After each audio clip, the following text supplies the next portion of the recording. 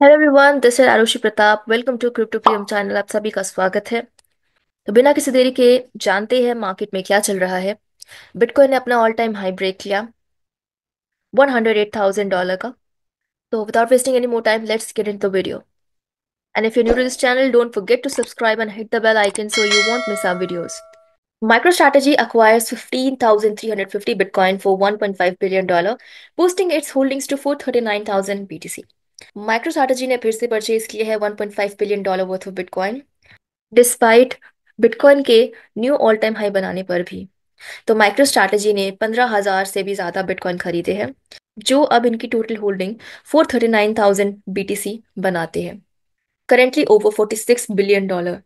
और ये जो लेटेस्ट इन्वेस्टमेंट है, इन्होंने एवरेज प्राइस 100,000 बिटकॉइन पर बिटकॉइन पे की है, जिसमें इनकी जो फीस थी और जो एक्सपेंसेस लगे सिग्निफिकेंटली इनके कंपनी की जो एवरेज परचेज थी उससे ज़्यादा लगे अक्रॉस जितनी भी होल्डिंग्स इनकी हुई है। Purchase took place between December 9 and December 15 according companies की SEC 8 के फाइलिंग। अब यहाँ पे बिटकॉइन जो इन्होंने खरीदे हैं, ये अपने एडिशनल 3.88 मिलियन शेयर्स बेच के खरीदे हैं, जिससे इनका $1.5 बिलियन रेज हुआ था। तो अब माइक्रो स्ट्रैटेजी बिटकॉइन की टोटल सप्लाई का 2.1% होल्ड करती है। Despite recent market volatility, micro strategy जो है ये खरीदी जा रही है, अपना रिजर्व जो है बिटकॉइन का वो बढ़ाई जा रही है।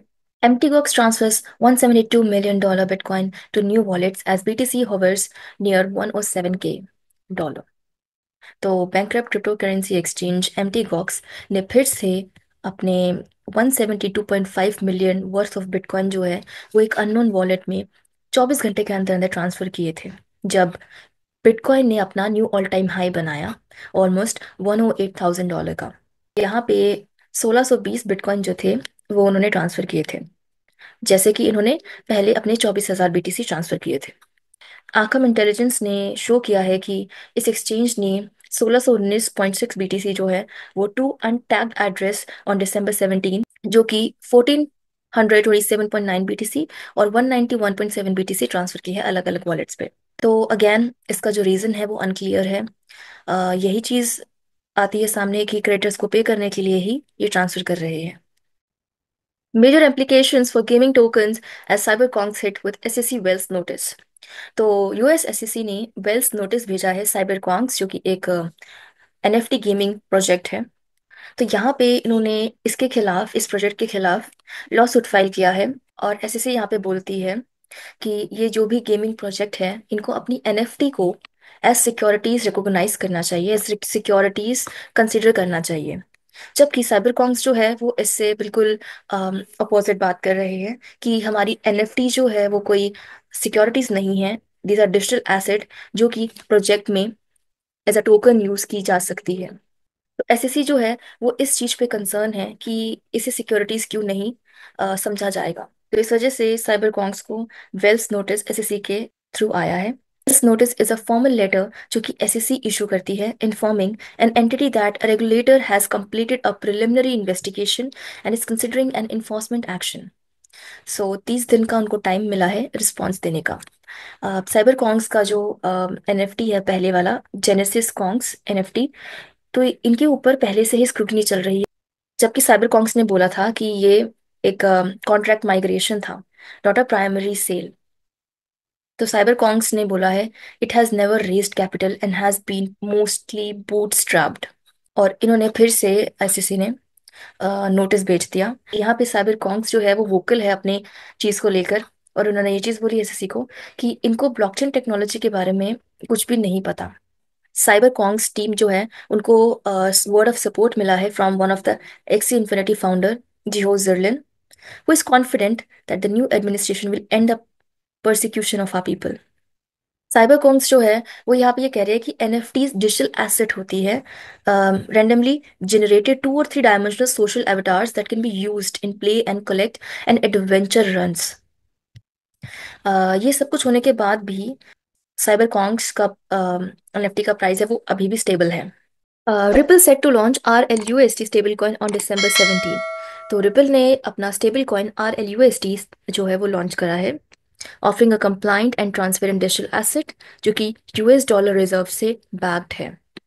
According to the announcement, RLUSD जो है वो प्रॉमिस करता है to cater to institutional needs and set new standards for trust and reliability within the stablecoin market. तो ये यूएस डॉलर से पैक्ड है, साथ ही साथ गवर्नमेंट बॉन्ड्स जो है, कैश इक्विवेलेंस है। तो ये सबसे ये बैक्ड है, जिसकी वजह से इस पे ट्रस्ट किया जा सकता है, स्टेबिलिटी पे, रिलायबिलिटी पे। ये बहुत सारे एक्सचेंजेस पे भी यूज होने वाला है, जैसे अपहोल्ड, मून पे, आरकेएक्स, कॉइन मेना के साथ ये रिपल की जो नेटवर्क है उस पे भी इंटीग्रेट किया जाएगा, जिसकी हेल्प से क्रॉस बॉर्डर पेमेंट्स हो सकती है इजीली। रिपल नेटवर्क जो कि ऑलरेडी $70 बिलियन इन ट्रांजेक्शन्स कर चुका है अक्रॉस 90 कंट्रीज, उसके साथ ये इंटीग्रेट होगा। ईच स्टेबल कॉइन जो है वो फुली कोलेटरलाइज्ड है और इंश्योर करता है स्टेबिलिटी और liquidity even in volatile markets. साथ बताया जा रहा है कि RLUSD जो है is set to be cornerstone for collateralising tokenised real world assets जैसे कमोडिटीज और securities on chain. Singapore dominates crypto tech rankings outshines US, Apex study. तो एपेक्स जो कि एक डिसेंट्रलाइज एक्सचेंज है for derivative trading, Apex protocol ने study किया है जिसमें वो कंट्रीज को इवैल्यूएट करता है ऑन 3 कोर मेट्रिक्स। तो ये 3 कोर मेट्रिक्स से उसने पता लगाया है कि सिंगापुर जो है वो क्रिप्टो में लीड कर रही है ग्लोबली, और उसने यूएस को भी पीछे कर दिया है। तो ये जो 3 चीजें इसने बताई है, जिसमें आता है blockchain patents, jobs in blockchain, and the number of crypto exchanges. Singapore is first as a global hub for blockchain innovation, जो कि एक्सेल कर रही है in both adoption and infrastructure development. ये जो आइलैंड है इसमें 1600 ब्लॉकचेन पेटेंट्स हैं, नियरली 2500 जॉब्स हैं रिलेटेड टू ब्लॉकचेन, और 81 क्रिप्टो एक्सचेंजेस हैं, जो इसे हाईएस्ट कंपोजिट स्कोर देती है 85.4। फर्दर जो स्टडी की है इन्होंने, उसमें यूएस के बारे में जो बताया है कि यूएस जो है वो डोमिनेट करता है इन blockchain research, innovation and job creation. वो जो 3 कोर मेट्रिक्स है उसमें नहीं है, इस वजह से यूएस यहाँ पे 5वें नंबर पे है, जिसमें 79.8 कंपोजिट स्कोर उसको मिला है। दूसरे नंबर पे आता है हांगकांग। हांगकांग को सेकंड यहाँ पे मिला है इन ब्लॉकचेन एंड क्रिप्टो टेक्नोलॉजी, जिसमें 1100 ब्लॉकचेन जॉब्स और स्ट्रॉन्ग क्रिप्टो एक्सचेंज बेस है। और एस्टोनिया और स्विट्जरलैंड का भी कंपोजिट स्कोर हाई है यूएस से, जबकि एस्टोनिया की स्मॉलेस्ट पॉपुलेशन है among the country studied, achieve impressive result with 95 blockchain patents, 149 blockchain related jobs, 52 crypto exchanges। तो सिंगापुर ने टॉप पोजीशन स्कोर किया है thanks to the growing technology and regulatory environment. तो इनका जो रेगुलेटरी इन्वायरमेंट है वो भी बहुत ही अच्छा है, इस वजह से यहाँ पे स्कोर अच्छा मिला है। और इन एडिशन सिंगापुर का जो सेंट्रल बैंक है वो भी इम्प्लीमेंट कर रहा है crypto custody and licensing requirements in April 2024। In August 2023 जो इनकी मॉनेटरी अथॉरिटी ऑफ सिंगापुर थी, उन्होंने फाइनलाइज किया था it's stable coin regulatory framework. This includes जो नए रिक्वायरमेंट्स स्टेबल कॉइन इशूअर्स के लिए, और detail segregation and custody for customer assets. Moving to next news, Bybit to seize crypto services in France by January 2025 due to regulatory pressures। तो France में Bybit जो है वो अपने ऑपरेशंस को सीज कर रही है, अपने सर्विसेज को सीज कर रही है, और जो विड्रॉल्स थे उनको होल्ड कर रही है फ्रेंच यूजर्स के लिए, क्योंकि यहाँ पे जो फ्रेंच अथॉरिटीज है वो रेगुलेटरी स्क्रूटनी कर रही है इस एक्सचेंज को। तो बायबिट जो कि बहुत जाना माना एक्सचेंज है फ्रांस में, ये अभी अपनी सर्विसेज को बंद करने वाले हैं। 8 जनवरी 2025 तक इनकी जो सर्विसेज है वो चलेगी, उसके बाद ये बंद कर देंगे। तो जो फ्रेंच अथॉरिटीज है उन्हें लगता है कि इस एक्सचेंज ने अभी तक कंप्लायंस नहीं किया हुआ है, तो ये अपने एक्सचेंज को फिर से रिवैल्यूएट करेंगे, अथॉरिटीज को दिखाएंगे जो भी प्रोसेस वगैरह होता है। और यहाँ पे जिन जिन लोगों के पास 10 USD कॉइन से ऊपर के हैं, तो वो कॉइन हाउस एक्सचेंज जो फ्रांस का एक्सचेंज है वहां पे ट्रांसफर कर देंगे, वहां से लोग ले सकते हैं। लेकिन 8 जनवरी से पहले पहले फ्रेंच यूजर्स को अपने विड्रॉ कर लेने हैं, क्योंकि उसके बाद कोई भरोसा नहीं है। तो ये जो इनिशिएटिव है ये रिफ्लेक्ट करता है broader legislative moves to tighten control over crypto services.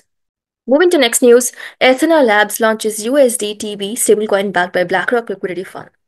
तो एथेना लैब्स ने अपना नया स्टेबल कॉइन लॉन्च किया है यूएसडी टीबी नाम से, जो कि ब्लैक रॉक की लिक्विडिटी फंड से बैक्ड है। ब्लैक रॉक का जो लिक्विडिटी फंड है, जिसका नाम है USD institutional listed liquidity fund, तो 1:1 रेशियो में, रिजर्व रेशियो में ये बैक्ड है इस फंड से। तो यूएसडी टीबी जो है, इसका यहाँ पे एक अलग फीचर है बाकी स्टेबल कॉइन से जो इसे अलग बनाता है, जिसमें इसने 90% जो इसके रिजर्व्स है, यूएसटीबी के जो रिजर्व है वो ब्लैक रॉक के बिडल फंड में है, जो कि इसे मोर स्टेबल और रिलायबल बनाता है और स्केलेबिलिटी भी बढ़ाता है। और जो रिमेनिंग 10% है स्टेबल कॉइन, वो institution grade tokenise US treasury products में है, जो कि रिडेम्पशन फैसिलिटेट करता है और लिक्विडिटी भी। तो ये स्टेबल कॉइन रिप्रेजेंट करता है highest allocation to BUIDL among any stable coin currently on the market. Unlike Ethena का जो अदर स्टेबल कॉइन है यूएसडीई, यूएसटीबी जो है ये एंटायरली इंडिपेंडेंट प्रोडक्ट है, जो कि डिजाइन किया गया है to meet diverse user needs and exchange requirements. अब यहाँ पे यूएसडी टीबी जो है ये लेयर जीरो टेक्नोलॉजी को यूज करता है, जिसकी हेल्प से ये सीमलेसली क्रॉस चेन ट्रांसफर कर सकता है across multiple networks. At launch USD TB जो है ये अवेलेबल है इथेरियम मिननेट, बेस पे, सोलाना पे और आर्बिट्रम पे। It will also be bridgeable via Stargate for enhanced interoperability.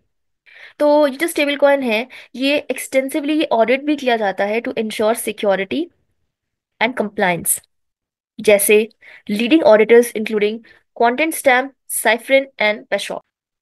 तो इन तीनों ने कंप्लीट किया है इनका ऑडिट, इसके स्मार्ट कॉन्ट्रैक्ट का audit in October, with no high और medium level vulnerabilities detected. Thank you everyone being till last with me in this video. मिलते हैं दूसरी वीडियो में, तब तक के लिए bye bye and take care.